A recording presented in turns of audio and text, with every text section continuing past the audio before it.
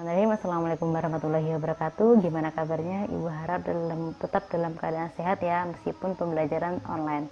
Nah, di pertemuan kita di Bosfus ini, kita sudah masuki materi terakhir, yaitu materi tentang bahaya penularan sekaligus pencegahan dari penyakit AIDS maupun HIV. Nah, sekarang kita simak materinya. Baiklah, sekarang kita masuki ke pengertian dari AIDS itu sendiri, yang mana AIDS adalah singkatan dari Inquiry Immune Deficiency Syndrome, itu penyakit yang disebabkan oleh virus HIV. Penyakit ini bukanlah penyakit turunan atau divarisi, melainkan penyakit yang menyerang pada kekebalan tubuh organisme. Nah, di sini jadi penyakit ini sangat berbahaya bagi manusia terutamanya ya. Dan sampai saat ini penyakit ini tetap menjadi ancaman terbesar bagi kesehatan penduduk dunia. Karena apa? Masih banyak penularannya dan belum ada yang bisa menahan laju perkembangannya karena belum ada obatnya. Nah, selanjutnya kita masuk ke HIV. HIV itu adalah virusnya, virus yang menyebabkan penyakit AIDS itu sendiri, yang mana bentuknya seperti binatang bulu babi yang berbulu tegak dan tajam. Nah, jika seseorang itu terkena atau terinfeksi oleh HIV, maka virus itu akan menyerang ke sel darah putih dan selanjutnya akan merusak dinding sel darah putih itu sendiri, yang mana kita ketahui bahwa sel darah putih itu adalah berfungsi untuk membunuh kuman atau melawan kuman penyakit yang ada dalam tubuh kita. Jika sel darah putih itu rusak, maka mengakibatkan kekebalan tubuh orang terinfeksi atau kita yang terinfeksi itu akan menurun dan akhirnya akan sangat mudah terserang penyakit. Selanjutnya penyakit AIDS. Nah, AIDS sendiri itu singkatan dari Unacquired Immune Deficiency Syndrome, yang mana sindrom itu yang bahasa Indonesia adalah sindroma, yang merupakan kumpulan atau gejala dan tanda penyakit, sedangkan defisiensi adalah dalam bahasa Indonesia berarti kekurangan. Kalau imun berarti kekebalan, sedangkan acquired berarti diperoleh atau didapat. Dalam hal ini diperoleh mempunyai pengertian bahwa AIDS bukan penyakit keturunan atau diwariskan. Seorang yang menderita AIDS bukan karena keturunan dari penderita AIDS, tapi karena terjangkit atau terinfeksi oleh penyebab AIDS itu sendiri. Oleh karena itu, AIDS dapat diartikan sebagai kumpulan tanda atau gejala penyakit akibat hilangnya atau penurunnya sistem kekebalan seseorang. Nah, selanjutnya kita masuk ke bahaya AIDS itu sendiri ya.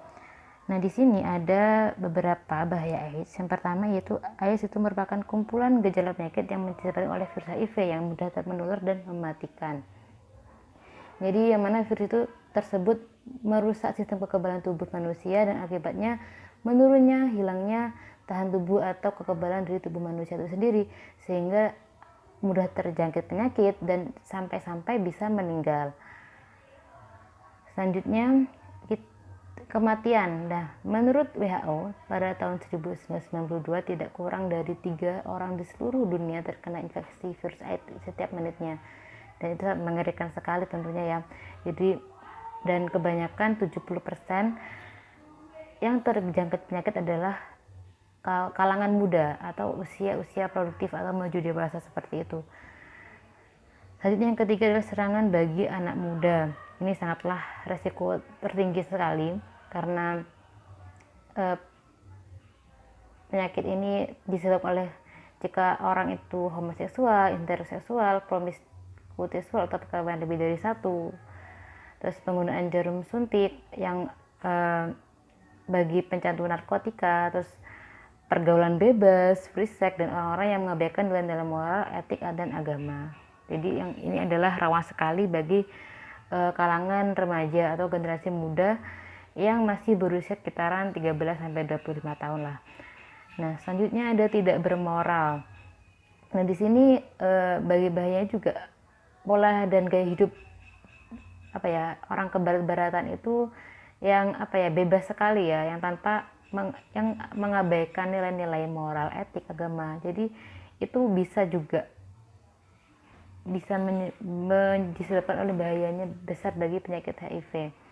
Nah, selanjutnya permasalahan yang berdampak sangat tinggi bagi penularan virus AIDS. Jadi jika banyak orang yang terkena AIDS, maka akan banyak juga orang yang akan terdampak dari penyakit virus HIV itu sendiri.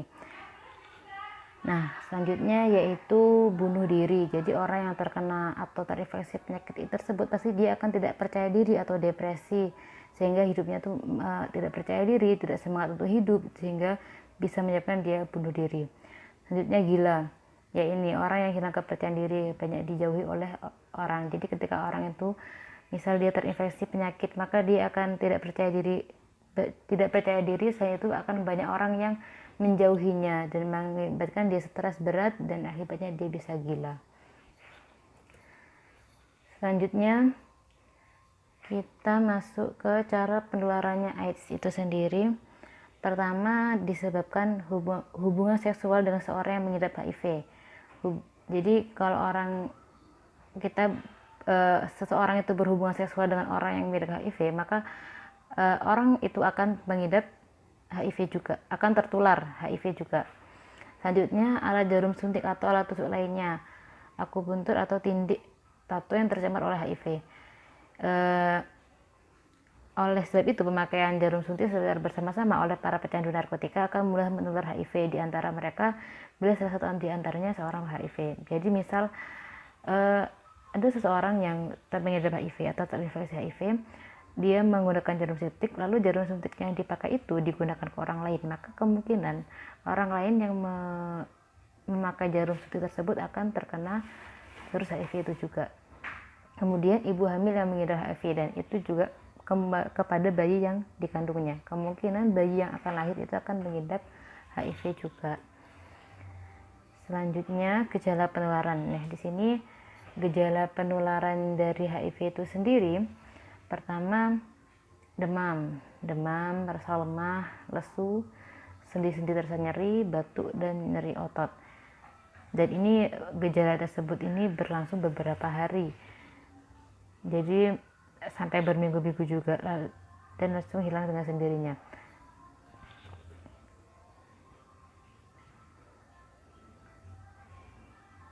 Selanjutnya gejala penularan pertama, ada gejala selanjutnya ya setelah gejala yang sebelumnya tadi.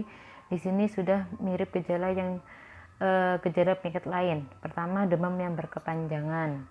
Lalu penurunan badan itu sangat drastis, lebih dari 10% dari waktunya 3 hari. Lalu kelemahan tubuh yang mengganggu atau menurunnya aktivitas, jadi tubuh terasa lemas, malas beraktivitas, tidak ada semangat. Terus pembengkakan kelenjar di leher, lipat paha dan ketiak. Lalu diare terus menerus tanpa sebab yang jelas, batuk, sesak nafas selama 1 bulan secara berturut-turut. Lalu ada kulit gatal dan bercak-bercak merah kebiruan seperti gambar di samping ya, ada contohnya seperti ini. Lalu selanjutnya gejala AIDS itu sendiri, pertama radang paru, radang saluran pernafasan, radang karena jamur di umbul dan kerongkongan, kanker kulit, TBC, gangguan susunan saraf. Lalu pada umumnya penderita AIDS akan meninggal sekitar 2 tahun setelah gejala ini muncul. Jadi orang yang terkena AIDS itu dimungkinkan kebanyakan pasti akan meninggal. Nah, selanjutnya bagaimana cara pencegahan AIDS sendiri? Karena setelah mendengar gejala-gejalanya, penyakit-penyakitnya sangat mengerikan sekali, maka perlu kita cegah mulai dari sekarang. Yang pertama, jangan melakukan hubungan seks bagi yang belum menikah. Apalagi berganti-ganti pasangan itu juga tidak boleh. Lalu yang kedua, menghindari dari penggunaan obat-obat terlarang seperti narkotika, heroin, ganja, dan lain sebagainya. Yang ketiga itu menjauhkan diri dari minuman yang bisa memabukkan. Karena apa? Jika kita sudah minum seperti itu, kadang kita tidak sadar apa yang kita lakukan. Yang keempat, sebaiknya tidak menggunakan alat-alat seperti alat suntik, alat tindik, alat tato, pisau cukur, dan sekali bersama-sama. Jadi kita punya alat itu sendiri atau tidak bersama-sama digunakan dengan orang lain. Kemudian selalu membersihkan peralatan medis dan non medis, khususnya yang berhubungan dengan cairan tubuh manusia. Ini bagi orang yang di kedokteran ya, supaya orang tidak terkena AIDS. Nah, di sini marilah kita stop AIDS mulai sejak dini, tanamkan bahaya AIDS itu bagaimana dicegah mulai sekarang, menjauhi dari hal-hal yang bisa menyebabkan AIDS itu sendiri. Baiklah, cukup sekian materi kita hari ini, semoga bermanfaat. Saya akhiri, wassalamualaikum warahmatullahi wabarakatuh.